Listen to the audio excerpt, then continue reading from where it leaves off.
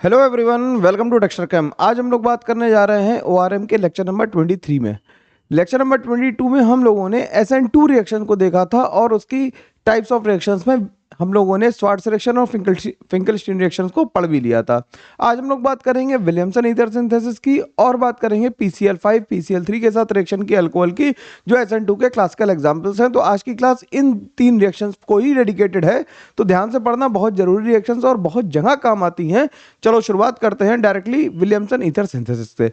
तो Williamson ether synthesis में क्या होता है? विलियमसन ईथर सिंथेसिस में होता है कि हम एक एल्कोक्साइड बेस लेते हैं जिसकी हम रिएक्शन कराते हैं RX से, जहां पे R एक अल्काइल ग्रुप है और X एक लीविंग ग्रुप है। तो इससे क्या बन जाते हैं? ईथर बन जाते हैं। ठीक है, तो लिख देते हैं कि रिएक्शन ऑफ, यहां पे लिखना शुरू करते हैं,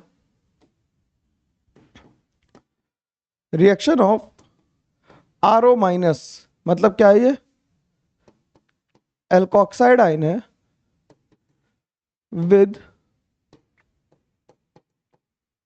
R लीविंग ग्रुप लिख देते हैं to form ethers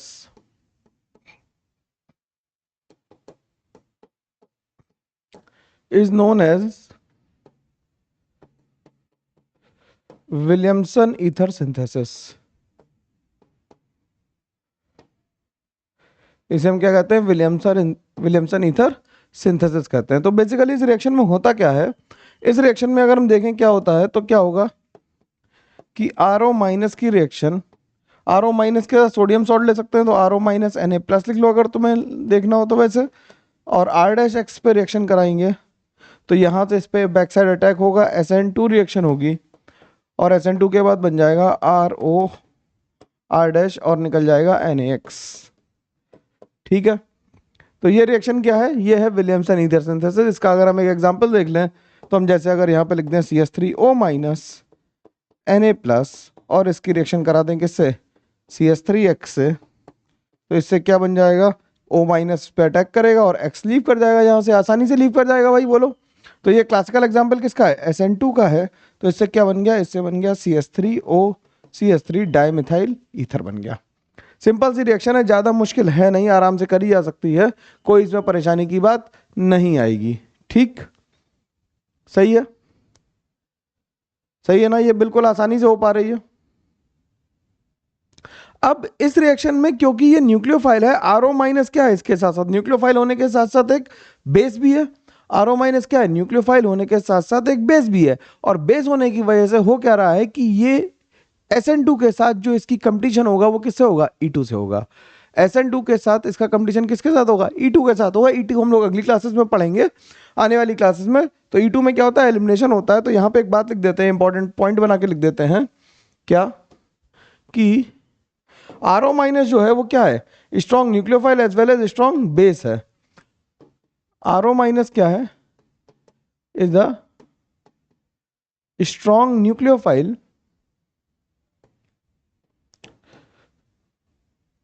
as well as a strong base। Strong nucleophile और क्या है? स्ट्रॉन्ग बेस है।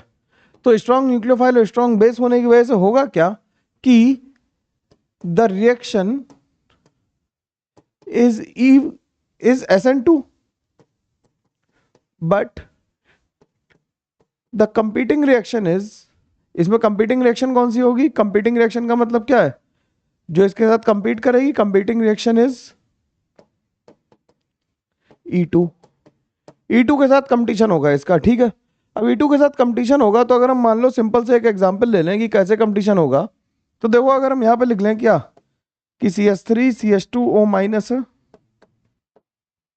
या और छोटा ले लें तो सीधे RO माइनस ही लिख लो, इसे RO माइनस ले लें। ठीक है, और हमने यहाँ पे जो एल्काइल हैलाइड लिया वो CH3 CH2X ले लिया। ठीक है, अब ये क्या कर सकता है? RO माइनस क्या कर सकता है? इस पे अटैक कर सकता है। RO माइनस किस पे अटैक कर सकता है? इस पे अटैक कर सकता है और इसे निकाल सकता है। तो ये तो नॉर्मल SN2 प्रोडक्ट है, SN2 प्रोडक्ट, और इससे क्या बन जाएगा? इससे बन जाएगा ईथर। बोलो भाई लोग, बन जाएगा कि नहीं बन जाएगा? इससे ईथर बन जाएगा। लेकिन ध्यान से अगर देखो इसी को, तो इसके पास बीटा के पास H है और अल्फा के पास X है। तो RO माइनस यहां से क्या कर सकता है, इस H को एसिडिक H की तरह निकाल ले और इसे यहां से निकाल दे। तो इस रिएक्शन को क्या कहेंगे, ये E2 है, तो इससे बन जाएगा ROH प्लस बन जाएगा क्या, एल्कीन।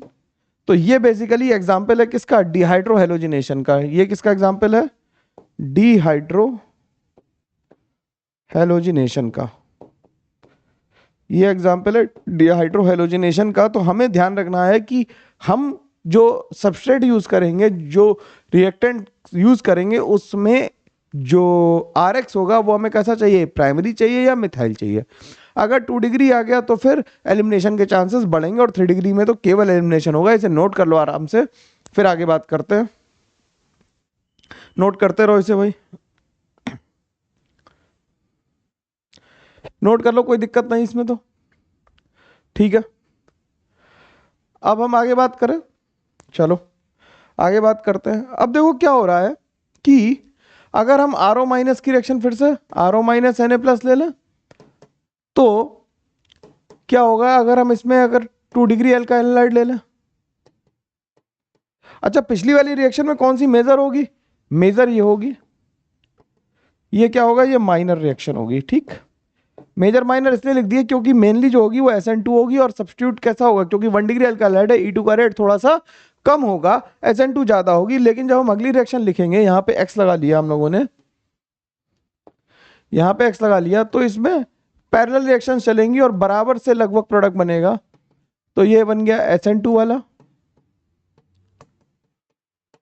ठीक। प्लस क्या बनेगा, प्लस बन जाएगी प्रोपीन, और इसमें हम मेजर माइनर डिसाइड अभी नहीं कर रहे हैं फिलहाल के लिए। लेकिन अगर हम तीसरी रिएक्शन लिख लें बिल्कुल same, RO minus Na plus की रिएक्शन लिख लें, और यहाँ पे एल्काइल हैलाइड ले लें, कौन सा, टर्शरी ब्यूटाइल। टर्शरी ब्यूटाइल का मतलब हमने ले लिया क्या, 3 डिग्री ले लिया, ठीक। अगर हमने 3 डिग्री लिया तो इसमें SN2 की तो पॉसिबिलिटी है ही नहीं, केवल क्या होगी, E2 होगी, क्योंकि SN2 3 डिग्री में नहीं होती, हम लोगों ने लास्ट क्लास में सीखा था।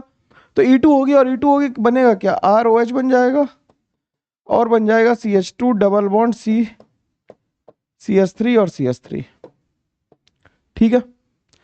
तो ये इस तरह से हम लोग लिख सकते हैं, इसे आराम से देख लो वाली, कि इसमें 3 डिग्री में SN2 की कोई पॉसिबिलिटी नहीं है, केवल क्या हो रही है, केवल E2 ही हो रही है, केवल क्या हो रही है, E2 हो रही है, ठीक। और देख लेते हैं, ठीक, और देख लेते हैं, कोई दिक्कत नहीं है इसे। अगला एग्जाम्पल देखें। अब अगला एग्जाम्पल देखो, अगर तो गिनती अगर कर लें चाहो तो इसका नंबर डाल देते हैं, स्टार्टिंग से शुरू कर लें, तो इसका नंबर 1 डाल देते हैं, इसका नंबर 2 डाल देते हैं, इसका नंबर 3 डाल देते हैं।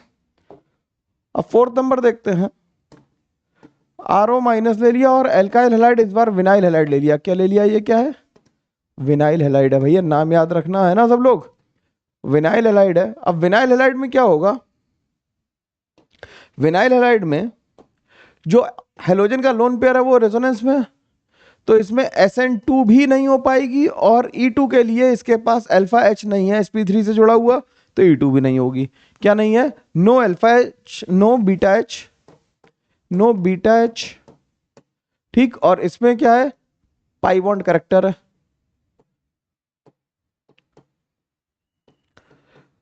तो दोनों ही काम पॉसिबल नहीं है, ठीक। इसी तरह से अगला एग्जांपल लिख लेते हैं, 5 नंबर। RO माइनस की रिएक्शन अगर हम एराइल हैलाइड से कराते हैं, एराइल हैलाइड से कराओगे तो एराइल हैलाइड से भी बात भाई सेम ही रहेगी, कि ना तो SN2 हो पाएगी और ना E2 हो पाएगी, दोनों में से कुछ भी नहीं हो पाएगा। एराइल हैलाइड में भी दोनों में से कुछ नहीं होगा, सेम सिचुएशन जैसी विनाइल हैलाइड में वैसी ही किसमें होगी, एराइल हैलाइड में भी होगी। मेरे को लग रहा है कि मेरी बात समझ में आ रही है आसानी से, कोई दिक्कत की बात नहीं है, धीरे धीरे सीखो आराम से, जितना सीख जाओगे उतने से पेपर में काफी सवाल बनेंगे, टेंशन मत लो, ठीक है ना, बिल्कुल भी। चलो ठीक, आगे बात करते हैं, नंबर 6 पे आ जाते हैं।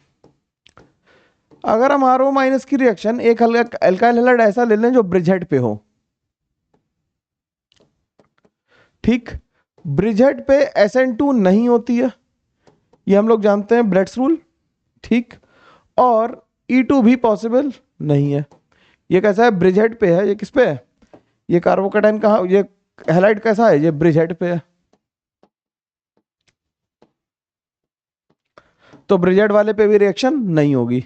ठीक है, बात आसानी से समझ में आ रही है या नहीं आ रही, बताओ मेरे, बिल्कुल कोई दिक्कत इस रिएक्शन में तो नहीं आनी चाहिए। ठीक, तो हम ये चाहते हैं कि आर एक्स से हमारे पास E2 बिल्कुल भी ना हो, जो हो वो सारी की सारी क्या हो, SN2 हो, क्योंकि हमारा पर्पस फिलहाल के लिए विलियमसन ईथर सिंथेसिस कराना है, और इस पर्पस को फुलफिल करने के लिए हमें जो एल्काइल हैलाइड चाहिए वो ऐसा चाहिए जो एलिमिनेशन ना के बराबर दे या नहीं दे।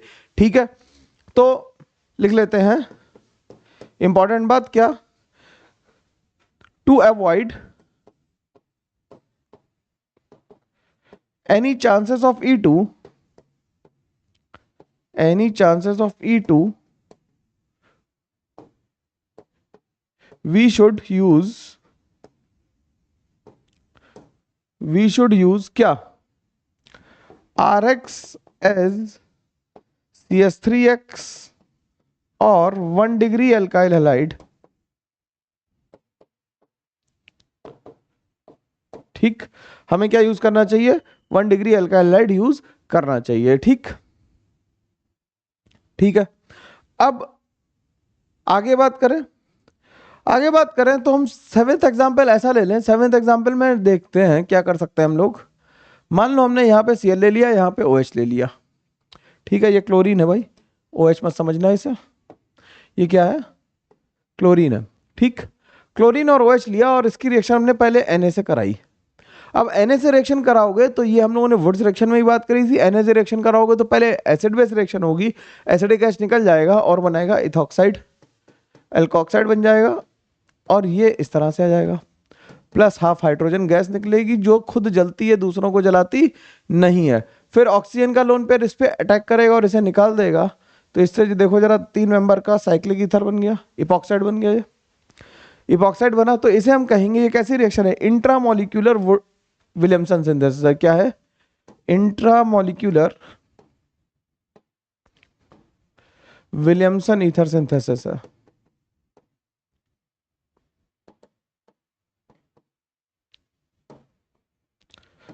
ठीक, और भी एग्जाम्पल लिखे जा सकते हैं, तमाम लिख सकते हैं।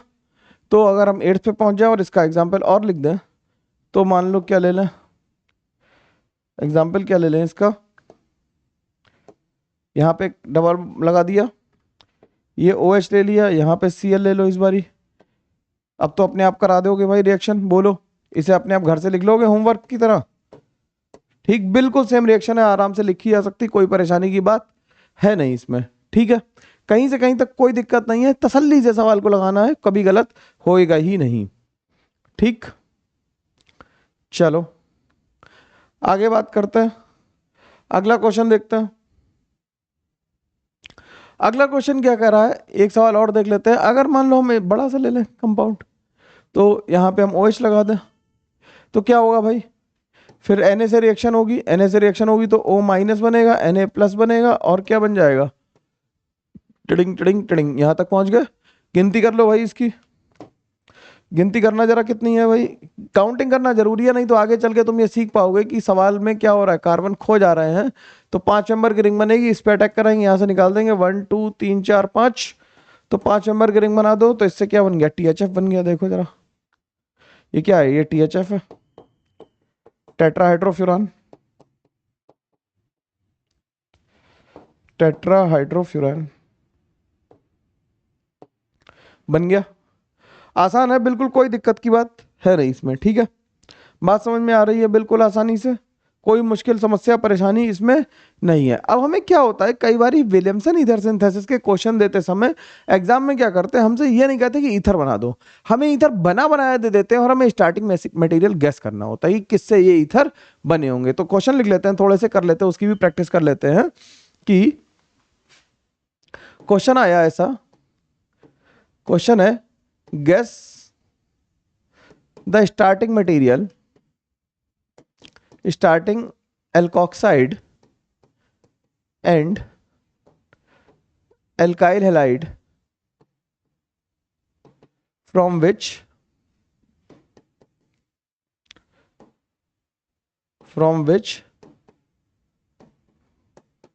द फॉलोइंग ईथर्स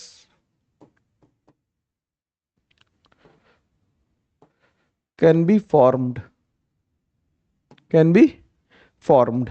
ठीक, तो जैसे अगर हमसे पहला सवाल इसमें ले लें, हम इसमें क्वेश्चन ले लेते हैं कि CH3OCH3 कैसे बना होगा। तो हमें ध्यान क्या रखना है कि इसे बनाने के लिए हमें क्या जरूरत होगी। ये तो सिमेट्रिक है, कहीं से भी तोड़ दो, इसमें तो कोई दिक्कत नहीं है कि इसमें क्या हो जाएगा, ये CH3 यहाँ पे X लिया होगा और CH3O- लिया होगा। ठीक, जब तक सिमेट्रिक है तब तक कोई दिक्कत नहीं है। लेकिन जैसे ही सिमेट्री लूज करेगा तो तुम्हें यह देखना है कि छोटे वाले एल्काइल ग्रुप के को हम एल्काइल हैलाइड बनाएंगे और बड़े वाले को क्या बना देंगे, एल्कोक्साइड। तो इसमें आ गया CH3X आ गया और ये एल्कोक्साइड बेस आ गया। ठीक है, छोटे वाले को हमने क्या बनाया, छोटे वाले को हमने बनाया क्या, एल्काइल हैलाइड, और बड़े वाले को एल्कोक्साइड बना दिया। ठीक है, ठीक है, कोई इसमें दिक्कत, मुश्किल, समस्या, परेशानी हो तो बता दो भाई। अगला एग्जांपल देखते हैं, नंबर 3। नंबर 3 में देखो क्या करें, बात समझने की कोशिश करेंगे तो पूरी बात समझ में आएगी। अब क्या होगा, ये किससे बना होगा। अगर तुमने देखो इसमें गलती कर दी, गलती क्या कर दी तुमने, अगर इसे ऐसा लिख लिया, मान लो यहां पे X लगा दिया और CH3, तो भैया यहां पे तो SN2 पॉसिबल ही नहीं है।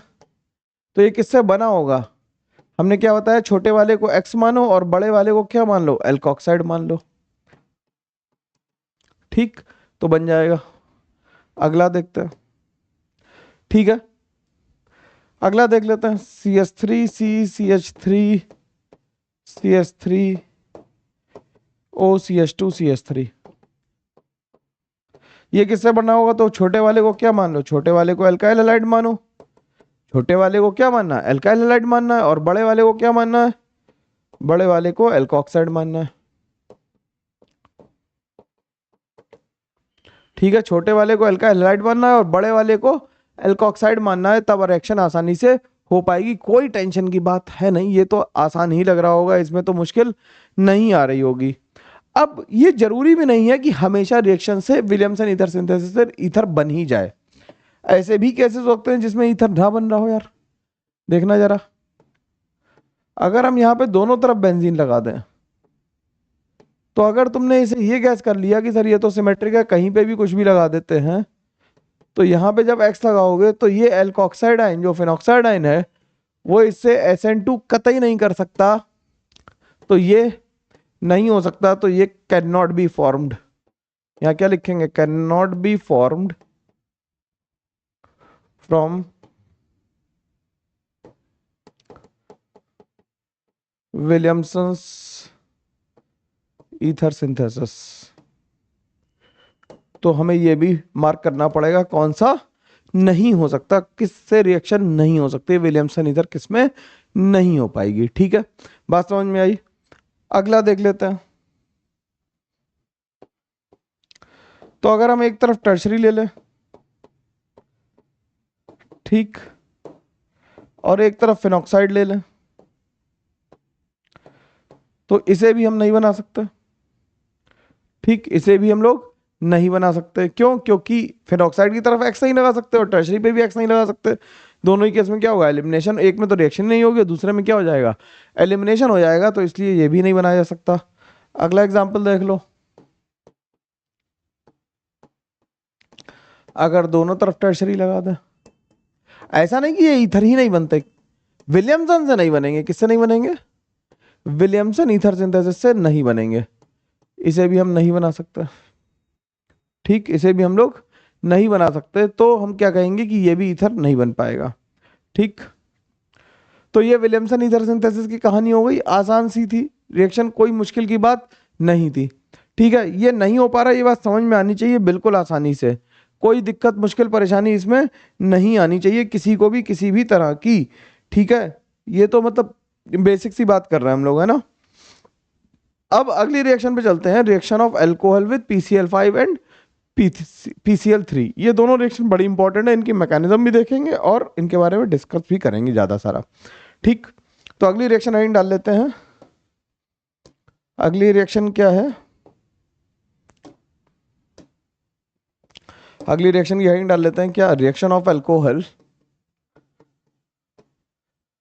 Reaction of alcohol with PCl3 and PCl5। ठीक, तो दोनों से पहले रिएक्शन लिख लेते हैं। दोनों से रिएक्शन लिखेंगे तो क्या हो जाएगा, ROH की रिएक्शन अगर हम PCl5 से कराते हैं तो बन जाता है RCl, HCl और POCl3। ठीक, RCl, HCl और POCl3। और ROH की रिएक्शन अगर हम PCl3 से कराते हैं तो यहाँ पे 3 ROH के मोल्स लगते हैं, तो इससे बन जाता है क्या, 3 मोल्स RCl बनेगा प्लस बन जाएगा H3PO3। ठीक, अब इन दोनों की मैकेनिज्म लिखनी है तो पहली रिएक्शन की मैकेनिज्म पहले लिख लेते हैं, फिर दूसरे की लिखेंगे। तो पहली ये लिख लेते हैं, दूसरी ये लिख लेते हैं। तो पहले की मैकेनिज्म पे चलते हैं। रिएक्शन लिखना आसान काम है। अगर तुम्हें डायरेक्ट आंसर लिखना हो तो कैसे लिखोगे, देखो ये मैं वैसे बताता नहीं हूँ, लेकिन कुछ लोगों को तो इसी मजा आता है। सारी मैकेनिज्म इतनी है उनकी जिंदगी में कि ऐसे लो, इसे यहाँ से काट दो, और सॉरी यहाँ पे क्या था, Cl था, हेल इसमें भी गलती हो जाती है मेरे से, यहाँ पे Cl था और इसे ऐसे चक्कू से काट देते हैं, कच कच कच कट काट दिया इसे, तो ये बन गया POCl3, ये बन गया RCl और ये बन गया HCl। ठीक, तो ऐसे काट काट के लिखने से कोई फायदा नहीं होता, लेकिन फिर भी तुम्हें मजा आ रहा हो तो काट लो यार। ठीक, अब बात कर रहे हैं हम लोग पहली रिएक्शन की मैकेनिज्म की। ठीक, तो मैकेनिज्म हेडिंग डाल लेते हैं, पहली रिएक्शन की मैकेनिज्म लिखते हैं। अब देखो होगा क्या, ROH था और हमारे पास था PCl5। अब जरा अकल लगा के लिखोगे तो बहुत मजा आएगा लिखने में। फॉस्फोरस के पास क्या है, वेकेंट d ऑर्बिटल्स हैं, और इसके एक्सियल बॉन्ड जो होते हैं वो लंबे होते हैं, किससे, इक्वेटोरियल बॉन्ड से। तो जो ऑक्सीजन का लोन पेयर है, ध्यान से मेरी बात को सुनना, ये बात तो पता है ना कि एक्सियल बॉन्ड्स आर लॉन्गर। इसने इस पे अटैक किया तो ये एक्सियल वाले बॉन्ड को तोड़ के निकाल देगा।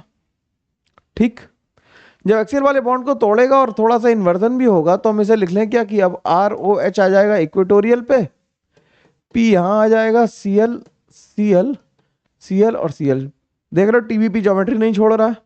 Cl माइनस क्या करेगा, Cl माइनस से H ले लेगा, ये इधर आ जाएगा, तो बन गया ROP Cl Cl Cl और Cl।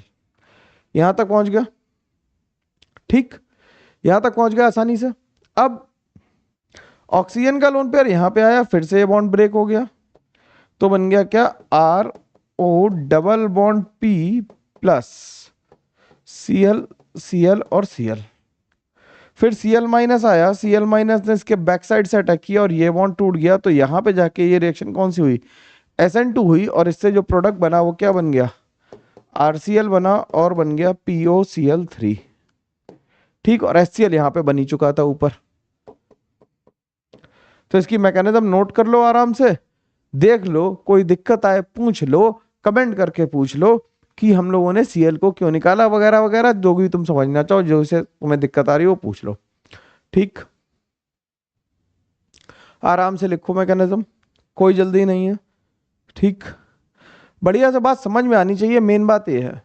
ठीक, जितना पढ़ो उतना अगर कंठस्थ हो जाएगा, बढ़िया से याद रहेगा, तो पेपर में आराम रहेगा, मैकेनिज्म लिखने में, ऑर्गेनिक में हाथ चलना शुरू हो जाएगा, एक बार ही तो समस्याएं खत्म सी हो जाएंगी या ना के बराबर हो जाएंगी। ठीक, चलो अब अगली रिएक्शन की मैकेनिज्म लिखें। मैकेनिज्म नंबर 2, वो थोड़ी बड़ी है यार।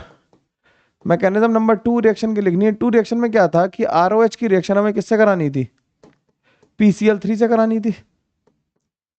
ठीक, फास्फोरस के पास अभी एम्प्टी ऑर्बिटल है D, उसमें ऑक्सीजन के लोन पेयर ने अटैक किया। अब देखो इसमें Cl को निकलने की जरूरत इसलिए नहीं है क्योंकि फास्फोरस अभी अपनी 3 वैलेंसी शो कर रहा है, 5 तक शो कर सकता है, तो उस पर चार्ज आ जाएगा, ना कि वो निकलेगा। Cl को नहीं निकलने की जरूरत है, तो फास्फोरस पे निगेटिव आ गया और 3 Cl लग गए। ठीक, अब क्या हुआ, ये फास्फोरस का निगेटिव इससे H ले ले, इसे हम कहेंगे IMPT। IMPT का मतलब intramolecular proton transfer, intramolecular proton transfer, intramolecular proton transfer हो जाएगा। तो इससे क्या बन जाएगा, इससे बन गया RO, यहां पे आ गया PH। अब अगर तुम ध्यान से सोचो, रिएक्टेंट लिखते समय हम लोगों ने ये ध्यान रखा था कि H3PO3 भी बनना, और H3PO3 में एक पीएच बॉन्ड होता है, तो पीएच बॉन्ड हम ले आए। अब ऑक्सीजन का लोन पेयर इधर आया, Cl को निकाल दिया, तो क्या बन गया, RO double bond P H Cl Cl, और यहाँ पे प्लस आ गया, फिर Cl माइनस ने SN2 करी, और इससे क्या बन गया, RCl बन गया, और बन गया POH Cl और Cl। यहां तक पहुंच गया भाई, यहां तक पहुंच पाए आसानी से, कोई इसमें परेशानी नहीं होनी चाहिए, ठीक है। अगर यहां तक पहुंच गए तो अगले पेज पे चल सकते हैं। क्या हुआ, सबसे पहले इस पेज को देख लेते हैं कि ROH ने क्या किया, PCl3 पे अटैक किया, तो फॉस्फोरस पे आ गया नेगेटिव चार्ज, ऑक्सीजन पे आया पॉजिटिव, तो ये एसिडिक गैस था, तो IMPT से इसने H ले लिया, ऑक्सीजन का लोन पर इधर आया वापस, और क्लोरीन को लीव करा, फिर क्लोरीन ने SN2 कर दी, और POHCl2 बन गया और RCl बन गया। अब आगे रिएक्शन कैसे होगी, आगे हमारे पास क्या है, ROH का एक दूसरा मॉलिक्यूल भी होगा, और हमारे पास POHCl और Cl है। ऑक्सीजन के लोन पेयर ने अटैक किया, ये नेगेटिव चार्ज यहां आ गया, तो क्या हुआ, ROH प्लस बन गया, PO माइनस बन गया,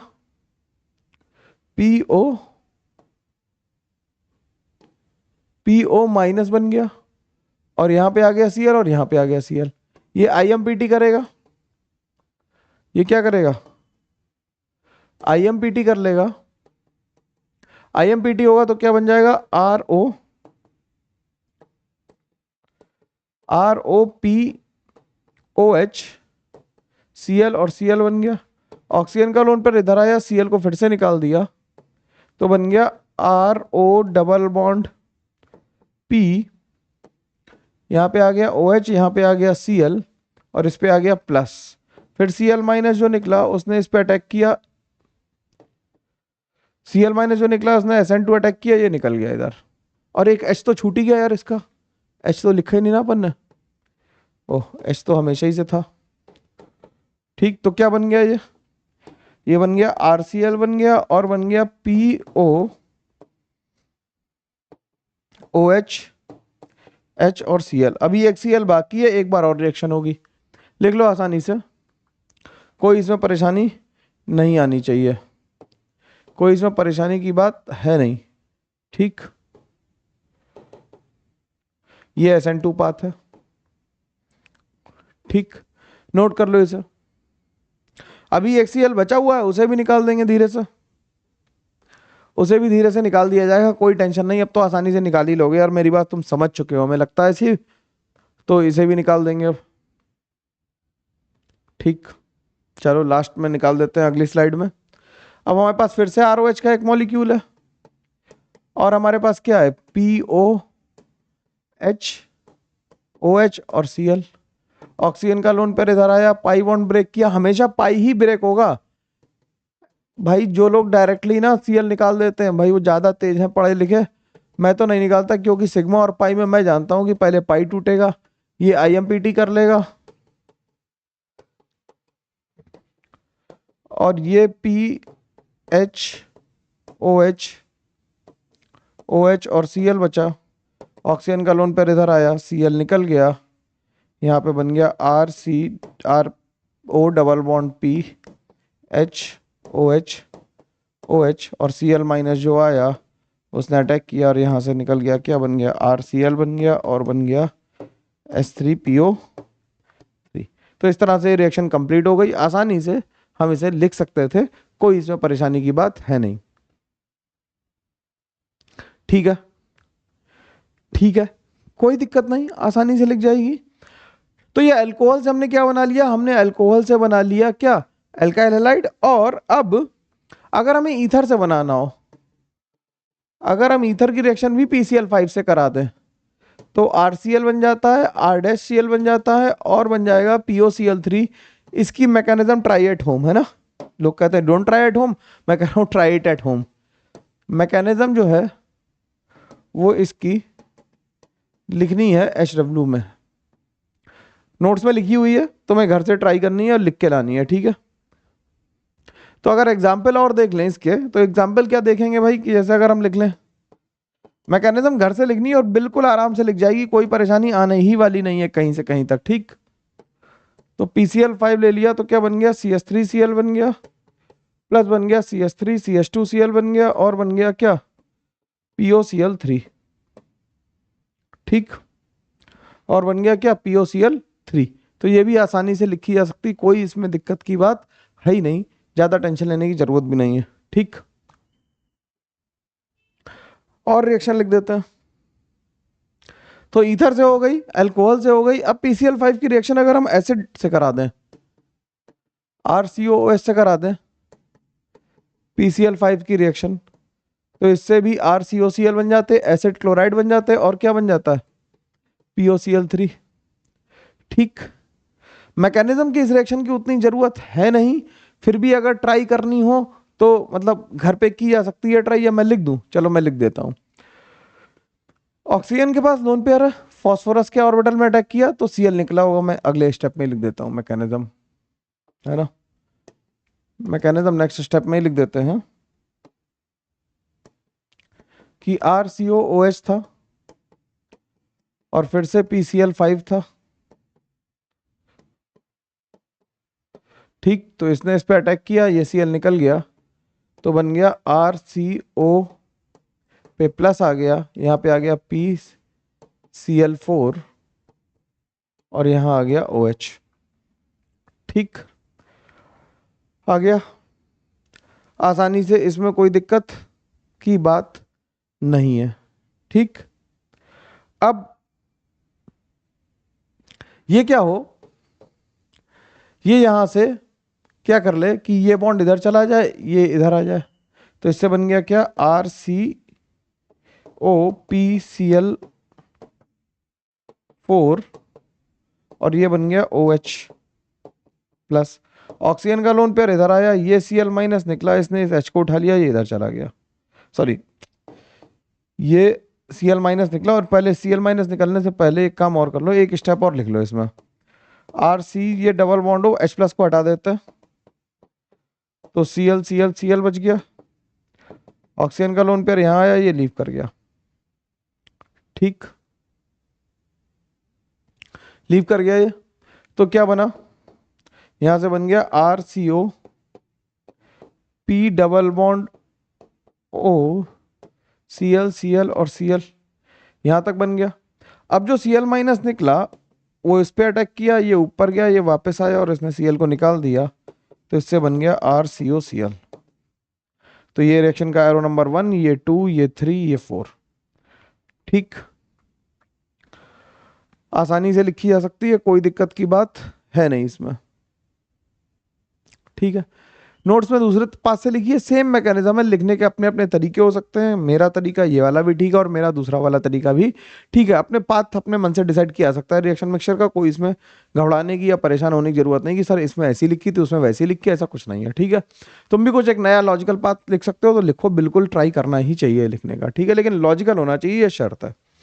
ठीक, तो ये मैकेनिज्म हो गई। अब इसके बाद और भी अगर रिएजेंट्स हम लोग यूज करें, जैसे अगर हम लिख दें कि एस्टर लिख दें, जब एस्टर की रिएक्शन हम PCl5 से कराएंगे तो क्या होगा, एस्टर की रिएक्शन PCl5 से गैस कर पाओगे क्या होगा, एस्टर की रिएक्शन अगर हम PCl5 से कराएंगे तो क्या होगा, गैस करो जरा भाई। तो इधर वाली तो एसिड क्लोराइड बन जाएगा, दूसरे से क्या बन जाएगा, दूसरे से बन जाएगा R-Cl और बन गया POCl3, ये एस्टर से हो गई। ठीक, अगली रिएक्शन एस्टर के बाद अगर हम एनहाइड्राइड से रिएक्शन कराएं, एस्टर के बाद अगर हम एनहाइड्राइड से रिएक्शन करा दें, ये क्या एसिड एनहाइड्राइड है, इसकी रिएक्शन PCl5 से करा दी जाए तो ये भी क्या बन जाएगा, दोनों तरफ एसिड क्लोराइड्स बन जाएंगे। ठीक, इसके बाद अगर हम रिएक्शन करा दें किसके साथ, कीटोन एल्डिहाइड के साथ करा दें, एल्डिहाइड के साथ जब PCl5 की रिएक्शन होती तो दोनों ऑक्सीजन हटके क्या लग जाते हैं, डाई क्लोराइड बन जाएगा। और कीटोन के साथ भी कराएंगे तब भी रिएक्शन सेम होगी, कोई मैकेनिज्म की जरूरत नहीं है इस रिएक्शन की लिखने की, और लिखना चाहो तो फिर से you can try this at home. ठीक, ठीक है, ये आसानी से लिखी जा सकती है, कोई रिएक्शन इसमें कोई दिक्कत नहीं है। ठीक है, अब इसके बाद इपॉक्साइड के साथ अगर रिएक्शन करा दें तो इपॉक्साइड के साथ कराओगे तो क्या बनेगा यार, नोट कर लो पहले से, फिर इपॉक्साइड के साथ भी करा लेते हैं। ठीक, बहुत इंपॉर्टेंट, बहुत सारी रिएक्शंस कवर करते हुए चल रहा हूँ इसलिए थोड़ा सा स्ट्रेच हो रहा है, बाकी तो ठीक है। तो अगर हम इपॉक्साइड के साथ करा दें रिएक्शन, इपॉक्साइड के साथ PCl5 की रिएक्शन करा दें तो क्या बन जाएगा यहाँ पे, इपॉक्साइड के साथ करा दोगे रिएक्शन तो क्या बनेगा, दोनों तरफ ClCl जुड़ जाएगा। ठीक, या मैं और मतलब इसे साफ से लिख दूं तो बन जाएगा CH2Cl, CH2Cl और इधर भी Cl लग जाएगा। ठीक, अब अगर हम एमाइड ले लें, एमाइड की रिएक्शन अगर हम PCl5 से करा दें तो इससे क्या बन जाता है, इससे साइनाइड बनते हैं यार, क्या बनते हैं, साइनाइड बनते हैं। ठीक, इसकी मैकेनिज्म अगर चाहो तो लिखी जा सकती है। ठीक, कैसे लिखेंगे इसकी मैकेनिज्म देखो जरा, या फिर PCl5 से ले लें, या फिर हम इसकी रिएक्शन SOCl2 से करा दें, या फिर इसकी रिएक्शन हम करा दें किससे, हम करा दें P2O5 से करा दें, या फिर हम इसकी रिएक्शन करा दें V2O5 से, इन सबसे क्या बनेगा, साइनाइड ही बन जाएगा। ठीक है, मैकेनिज्म इसकी ट्राई करी जा सकती है, मैं लिख के दिखा देता हूँ मैकेनिज्म इसकी, इसमें कोई दिक्कत की बात है नहीं, ये नोट कर लो पहले। रिएक्शन SOCl2 के साथ कितने लोगों ने देख रखी थी इसकी, कितने लोगों ने SOCl2 के साथ रिएक्शन देख रखी थी, ये बताना, बिल्कुल स्पष्ट बताना कि ये पता थी कि नहीं पता थी रिएक्शन ये। ठीक, चलो आगे बात करते हैं। अगर हम रिएक्शन ले लें, मैकेनिज्म लिखनी है इसकी NH2 के साथ, तो अगर हमने क्या किया, PCl5 को अगर हम ऐसे लिख लें कि PCl5 एग्जिस्ट करता है PCl4 प्लस और PCl6 माइनस में, तो कोई टेंशन की बात तो नहीं है, ऑक्सीजन का लोन पेयर इस पर अटैक कर देगा, तो बन जाएगा RCNH2 double bond double bond O पे आ जाएगा प्लस और आ जाएगा PCl और Cl। यहां तक बात हो गई क्लियर। ठीक, कोई परेशानी नहीं। अब जो PCl5 से Cl आया तो ये Cl माइनस क्या करेगा, अब जो Cl आया वो क्या करेगा, वो इस पे अटैक करेगा कार्बन पे और इसे निकाल देगा, तो क्या बन गया इससे, RCCl बन गया, OPCl Cl4 बन गया और बन गया NH2। ठीक, नाइट्रोजन का लोन पेयर इधर आया, इसने Cl को निकाल दिया, तो बन गया क्या, RC डबल बॉन्ड NH और माइनस H प्लस हो गया, तो बन गया OPO PCl4। फिर नाइट्रोजन का लोन पेयर यहाँ आया, ये बॉन्ड यहाँ आया, इसने Cl को निकाला, तो इससे क्या बन गया, इससे बन गया RCN और बन गया POCl3। ठीक, तो इस तरह से इसकी मैकेनिज्म लिखी जा सकती है आसानी से, कोई इसमें दिक्कत की बात है नहीं, बस तुम्हें लॉजिकली चलना, मैं लॉजिकली चल रहा हूँ, ज्यादा कुछ कर ही नहीं रहा हूँ, आसानी से लिख रहा हूँ। ठीक, अब कुछ क्वेश्चंस देख लेते हैं एग्जांपल्स इन रिएक्शंस के, और फिर हम लोग खत्म करते हैं क्लास को। तो देखते हैं एग्जांपल्स देख लेते हैं इसके, जैसे अगर हम मान लो कोई कायरल अल्कोहल ले लें, H और यहाँ पे ले लेते हैं D, इसकी रिएक्शन PCl5 से कराएंगे तो क्या होगा, इन्वर्जन होगा, Cl इधर आ जाएगा, D इधर आ जाएगा, H इधर आ जाएगा, Me इधर आ जाएगा, सिंपल।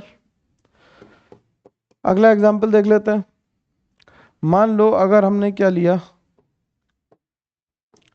इपॉक्साइड लिया जिसमें डाइमिथाइल है और दोनों कैसा एसिन है, और PCl5 से रिएक्शन कराई, PCl5 से कराई तो ClCl लगेंगे और वो कैसे लग जाएंगे, एंटी से लगेंगे क्योंकि बैक साइड अटैक होगा, तो Cl और Cl अपोजिट लगेंगे, प्लस इसका एनेंशियोमर बन जाएगा, प्लस क्या बन जाएगा, इसका एनेंशियोमर बन जाएगा, प्लस इसका एनेंशियोमर बन जाएगा। ठीक, अगर हम सिस ले लेंगे, अगर हम सिस मतलब ट्रांस इपॉक्साइड ले लेंगे, अगर हम ट्रांस इपॉक्साइड ले लें तो मीजो बन जाएगा, इसकी रिएक्शन अगर PCl5 से होगी तो इससे क्या बन जाएगा, इससे मीजो बन जाएगा।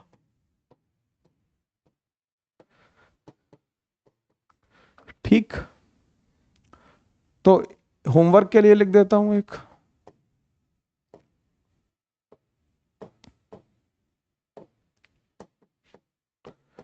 होमवर्क के लिए ये लिख के लाना कि क्या बनेगा आंसर इससे। ठीक, इसी तरह से अगर हम साइक्लिक एस्टर ले लें, साइक्लिक एस्टर्स को लैक्टोन कहते हैं, PCl5 से रिएक्शन होगी तो क्या बन जाएगा, यहां पे Cl लग जाएगा और यहां पे भी Cl लग जाएगा। ठीक, या साइक्लिक एनाइड्राइड ले लो तुम, इसका प्रोडक्ट लिख के लाना होमवर्क में। ठीक, तो ये सारी रिएक्शंस हो गई कंप्लीट, ये होमवर्क के लिए था। ठीक है, तो इस तरह से ये दोनों रिएक्शंस कंप्लीट हो गई। अब अगली क्लास में हम लोग बात करेंगे SNI की और SNNGP की। किसकी बात करेंगे, SNI और SNNGP की बात करेंगे।